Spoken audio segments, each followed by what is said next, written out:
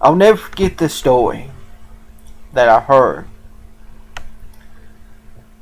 time and time again. And it's a true story. This woman knew God. She was saved. But she kind of stumbled away. But at the last moment, before it was too late, she accepted God. And as she took her final breath, she said, "That's the most beautiful thing I've ever seen." And her daughter questioned time and time again what that would be. At first she thought she was talking to her. But in reality, the angels was coming to take her home. And I'm here to tell you tonight, there's another side to that story. If there is the most beautiful thing you've ever seen, it's angels taking you home. But here's another true story. I was pastoring my first church here in Litchfield, Kentucky. And as most of you know, when you pastor a church, you get a lot of late night calls. I got a call at the midnight hour to go and pray for someone at Grace Manor Nursing Home. It was about midnight. I didn't know if they'd even let me in. But they all welcomed me in. I wasn't working there then. I later on started working there doing the floors, but nobody knew me then. But they all knew that a preacher was called, and they let me in. And I went and prayed for this man, and the whole time he was screaming like nothing I've ever heard in my life. And I didn't see it, but he did.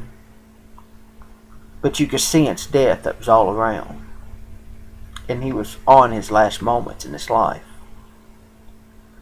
I prayed, and the whole time I was praying, he kept on saying, "Don't take me, don't take me, don't take me."